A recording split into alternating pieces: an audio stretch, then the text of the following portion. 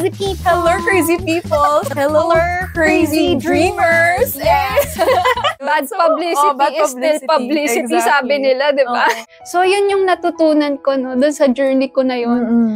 Being bashed. Sabi ko, ganun pala, no? Dapat kilala ko yung sarili ko para hindi ako madaling masasaktan or madali akong susuko.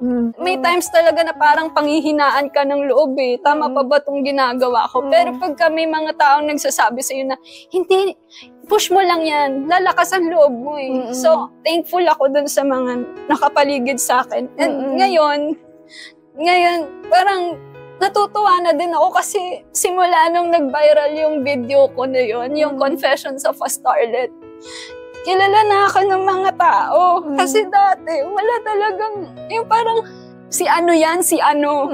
Ganon lagi. Pero ngayon, sinasabi na nila yung pangalan ko. And talagang nakaka-happy.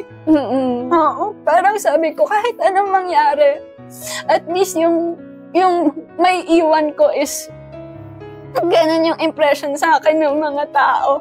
Na, uy, magaling yan. Underrated lang.